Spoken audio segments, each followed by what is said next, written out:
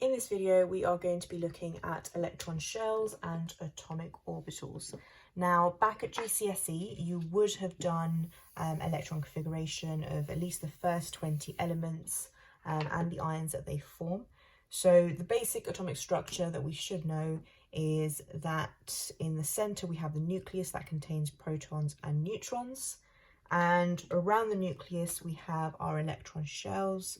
Now you would have gone up to 3 shells at GCSE, and you fill them up with the electrons. The rules behind that is you always start by filling with the electron shell closest to the nucleus. That can take a maximum of 2 electrons. Next shell up, so shell number 2, it can take a maximum of 8 electrons. And then shell number 3 again can take a maximum of 8 electrons. Okay, so that's where you should all be at in terms of your GCSE knowledge. Now it slightly changes at A levels. We do go into more detail and a few things do change. Those shells that we keep referring to, we try and think of them as energy levels. So shell number 1, the one that's closest to the nucleus, we say that that has the lowest energy.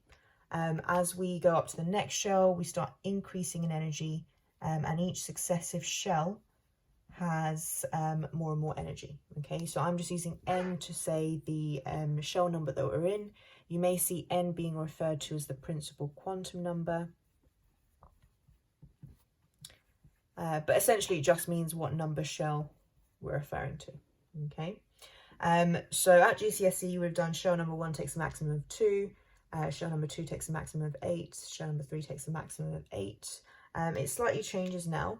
The rule that we follow to kind of get the number of electrons, the maximum number of electrons in each shell is the 2n squared rule. So n just being the shell number, the principal quantum number. So that means the first shell can take a maximum of, so 1 squared times 2 is 2. So shell number 1 can take a maximum of 2 electrons. Shell number 2 can take a maximum of 8 electrons. Shell number 3, maximum of 18 electrons. So this is where it's changing slightly. And shell number 4 can take a maximum of 32 electrons. Okay, so we're already starting to see some changes here in terms of the maximum of electrons each shell can hold. Right, we go into a little bit more detail of these shells and the electrons within them by looking at something called atomic orbitals. Now, atomic orbitals are defined as a region around the nucleus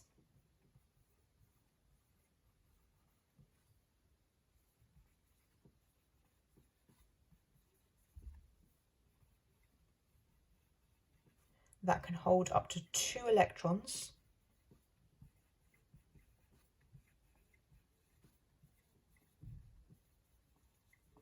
with opposite spins.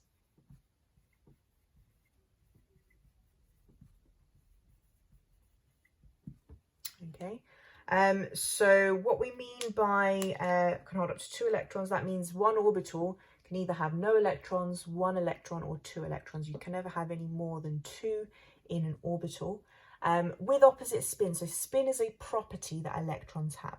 Okay, an electron can either have an up spin, which we just show using an arrow, or it can have a down spin. Okay, so that means within one orbital we must have an electron where 1 is up and 1 is down. We can never have both of them being up or both of them being down. All right. When it comes to atomic orbitals, there are 4 types that we're going to address. So we have s orbitals, p orbitals, d orbitals, and f orbitals. Okay, we're going to look into a little bit more detail about s and p orbitals. So the first one we're going to look at is our s orbitals.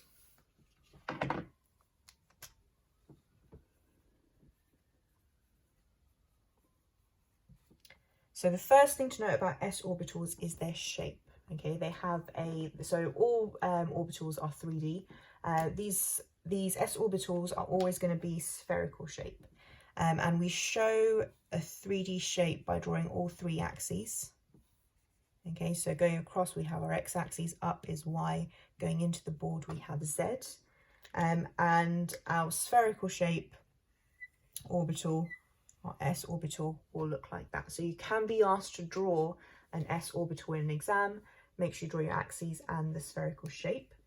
Now each shell will have an s orbital. Okay, so starting from n equals 1 onwards, we have an s orbital in each shell.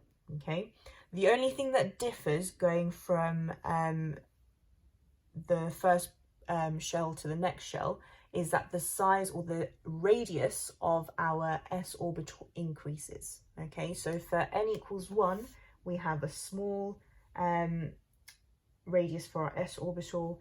As we go to n equals 2, so the next shell, the radius of the s orbital increases, and it will keep on increasing as we go to the next energy level.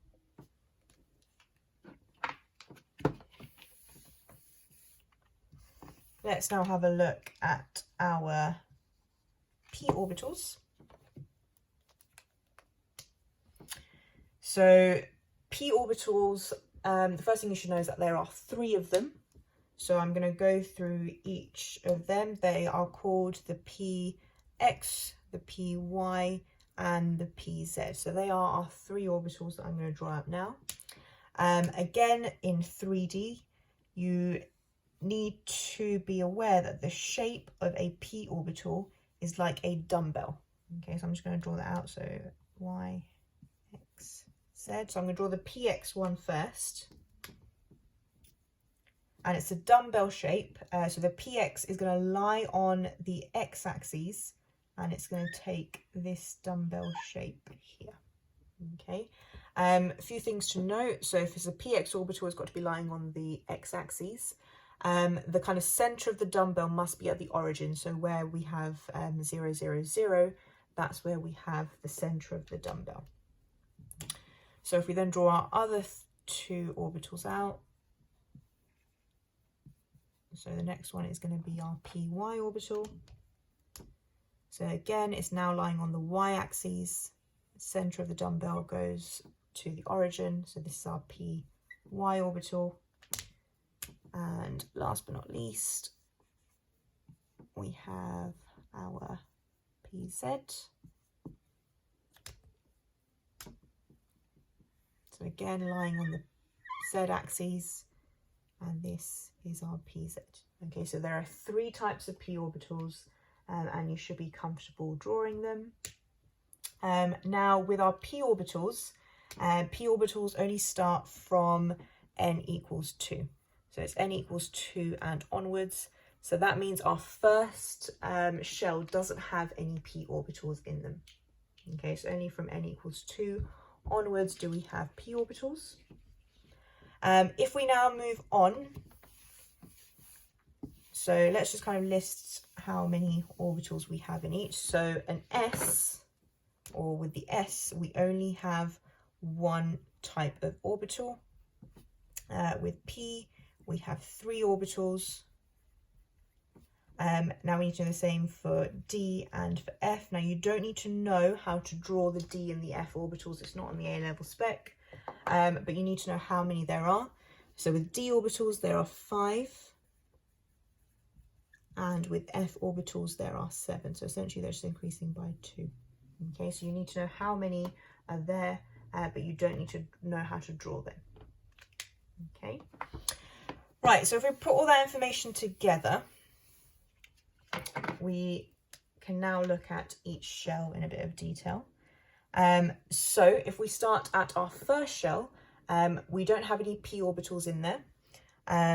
So all we have is an s orbital, and I've labeled this s orbital as 1s, so that 1 is just saying that it's in the first principal quantum shell, and s just telling me what type of orbital it is.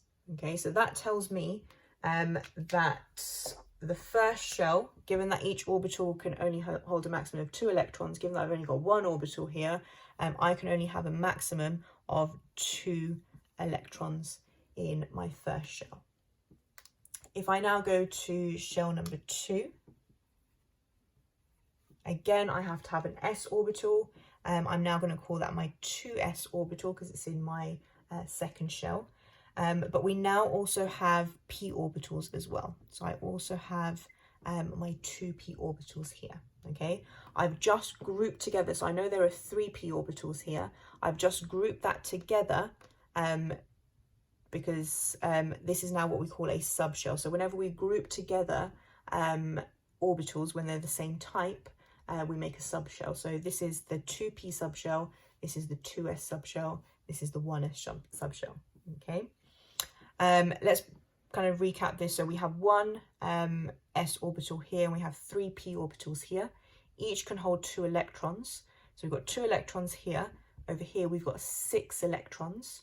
So in total, our second shell can hold a maximum of 8 electrons. So 2 there and 6 there. So it can hold up to 8 electrons. If we go to shell number 3, so again, we've got to have an s orbital.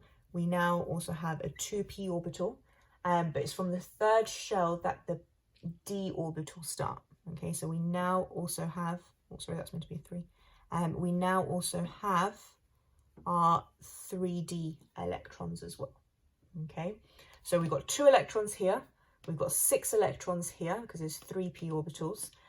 This subshell here, the 3d subshell, can hold, so it has 5 orbitals in there, each can hold up to 2 electrons, so that's 10. So 10 plus 6 plus 2, and that tells us our third shell can hold a maximum of 18 electrons. Okay, so we're kind of meeting the information that we kind of collected before as to the number of electrons each shell can hold. If we go to the fourth shell, we've still got s electrons, so we've still got a s orbital here, we've still got a p orbital here, we've now still got d orbitals here, but from shell number 4 we also have the f orbitals, so that's 4f. So in terms of the number of electrons that this can hold, so this has 2 electrons, this one has 6 electrons, this one has 10 electrons, this one has 14. If you add that all up, that tells you that our fourth shell can hold a maximum of 32 electrons.